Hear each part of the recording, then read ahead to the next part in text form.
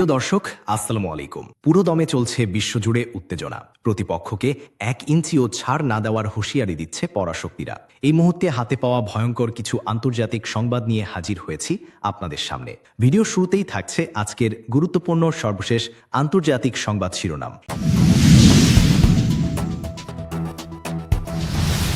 শুরুতেই জানিয়ে দিব, ইসরায়েলের বিরুদ্ধে ব্যবস্থা নিল ইরাক।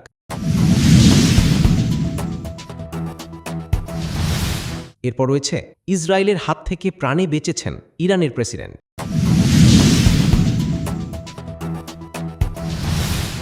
এত সময় শুনছিলেন সংবাদ শিরোনাম, এবার বিস্তারিত। প্রিয় দর্শক, আপনি যদি এই চ্যানেলে নতুন হয়ে থাকেন, ভিডিওটি দেখতে দেখতে চ্যানেলটি সাবস্ক্রাইব করে আমাদের সাথেই থাকুন।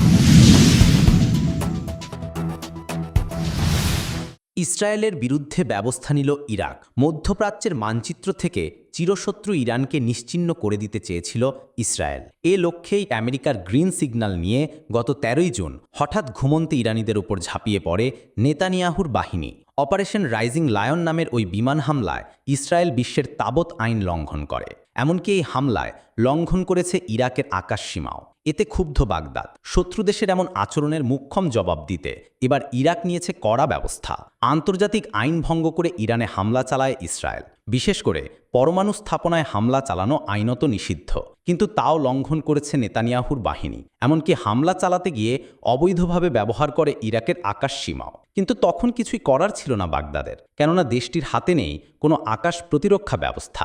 বিনা অনুমতিতে ইরাকের আকাশসীমা ব্যবহার করার তা হজম হচ্ছে না ইরাকের। বিবিসি ফর্সিকে দেওয়া এক সাক্ষাৎকারে সেই কথাই বলেছেন ইরাকি প্রধানমন্ত্রী মোহাম্মদ শাইয়া আল সুদানি। কিন্তু ইসরায়েলের বিমান বাহিনীকে শায়েস্তা করতে না পারায় ফুঁসছেন ইরাকি প্রধানমন্ত্রী। তিনি জানান, ইসরায়েল আকাশসীমা লঙ্ঘন করলেও কিছু করতে পারেনি তার দেশ, কারণ তাদের কাছে অত্যাধুনিক প্রতিরক্ষা ব্যবস্থার কোনো প্রযুক্তি নেই। এর আগে রাশিয়ার কাছ থেকে আকাশ প্রতিরক্ষা ব্যবস্থা নিতে চেয়েছিল ইরাক, কিন্তু আমেরিকার বাধার মুখে ভেস্তে যায় সেই প্রচেষ্টা।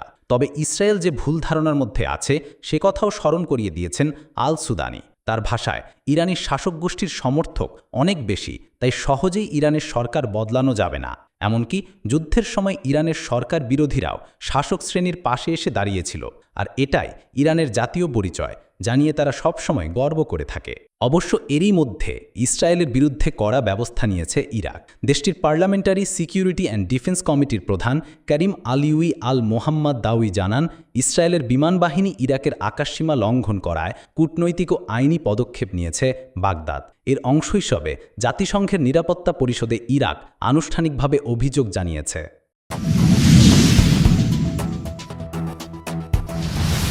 ইসরায়েলের হাত থেকে প্রাণে বেঁচেছেন ইরানের প্রেসিডেন্ট মাসুদ পেজেশকিয়ান। গত মাসে ইসরায়েলি বিমান হামলায় আহত হন বলে জানিয়েছে ইরানের আধা সরকারি সংবাদ সংস্থা ফার্স। প্রতিবেদনে বলা হয়, ১৬ জুন পশ্চিম ইরানের এক ভবনে আয়োজিত সুপ্রিম ন্যাশনাল সিকিউরিটি কাউন্সিলের বৈঠকে এই হামলা চালানো হয়। প্রতিবেদনে আরও বলা হয়, ইসরায়েলি জেট বিমানের ৬টি বোমা বা ক্ষেপণাস্ত্র ভবনের দরজা ও জানালায় আঘাত হানে। এতে ভবনের ভেতরে থাকা কর্মকর্তারা গুরুতর বিপদের মধ্যে পড়ে যান। যদিও বৈঠকে উপস্থিত রাষ্ট্রীয় গুরুত্বপূর্ণ ব্যক্তি যেমন পার্লামেন্টের স্পিকার মোহাম্মদ বাঘের খালিবাফ ও বিচার বিভাগের প্রধান গোলাম হোসেন মোহসেনি এজেই জরুরি হ্যাচ ব্যবহার করে বের হয়ে আসেন। বের হওয়ার সময় পেজেশকিয়ান সহ কয়েকজনের পায়ে আঘাত লাগে। এ ঘটনার বিষয়ে সম্প্রতি মার্কিন উপস্থাপক টাকার কার্লসনকে দেওয়া এক সাক্ষাৎকারে প্রেসিডেন্ট পেজেশকিয়ান বলেন, তারা আমাদের বৈঠকের অবস্থান জেনে সেখানে বোমা মেরেছিল। তাদের কাছে গুপ্তচরের মাধ্যমে আগেই তথ্য ছিল। এদিকে ইসরায়েলি হামলায় নির্ভুলভাবে অবস্থান শনাক্তের বিষয়টি সামনে আসার পর ইরানের নিরাপত্তা কর্তৃপক্ষ সন্দেহ করছে হামলার তথ্য ফাঁস হয়েছে ভেতর থেকেই। এর আগে ইরান ইন্টারন্যাশনাল দাবি করেছিল, তেহরানের পশ্চিমাংশে শাহরাক ই ঘার এলাকায় ১৬ জুন একটি ইসরায়েলি হামলা হয়েছিল, তবে সুনির্দিষ্ট অবস্থান এখনও নিশ্চিত করা যায়নি। ইরানের ইসলামী বিপ্লবী গার্ড বাহিনীর IRGCর এক শীর্ষ কর্মকর্তা মোহসেন রেজাই জানিয়েছেন, ইসরায়েল সত্যি কাউন্সিল বৈঠকের স্থানে হামলা চালিয়েছিল, তবে কাউন্সিলের কেউ মারাত্মকভাবে আহত হননি। গত জুনে ইরানের পরমাণু ও ক্ষেপণাস্ত্র স্থাপনাগুলোয় হামলা চালায় ইসরায়েল। এতে IRGC প্রধান জেনারেল হোসেন সালামি, ক্ষেপণাস্ত্র প্রকল্পের প্রধান আমির আলী হাজিজাদে ও সশস্ত্র বাহিনীর দ্বিতীয় শীর্ষ কর্মকর্তা মোহাম্মদ বাঘেরি নিহত হন। তবে ইসরায়েল দাবি করেছে তাদের লক্ষ্য ছিল না শাসন ব্যবস্থা বদলানো। ইসরায়েলের প্রতিরক্ষামন্ত্রী ইসরায়েল কাজ বলেন, এই যুদ্ধে আমাদের লক্ষ্য ছিল না শাসন ব্যবস্থা বদলানো। জবাবে ইরান ও ইসরায়েলে পাল্টা হামলা চালায়। প্রায় ৫০০ ব্যালিস্টিক মিসাইল ও ১১০০ ড্রোন ব্যবহার করে ইসরায়েলের বিভিন্ন স্থানে আঘাত করে তারা। এতে ইসরায়েলে ২৮ জন নিহত ও ৩,০০০-এরও বেশি মানুষ আহত হন। এই উত্তেজনার মধ্যেই মার্কিন প্রেসিডেন্ট ডোনাল্ড ট্রাম্প দাবি করেন, তিনি ইরানের সর্বোচ্চ নেতা আয়াতুল্লাহ আলী খামেনিকে হত্যার পরিকল্পনা বাতিল করেন। ইসরায়েলও বলেছে তারা জানত না খামেনি কোথায় লুকিয়ে আছেন।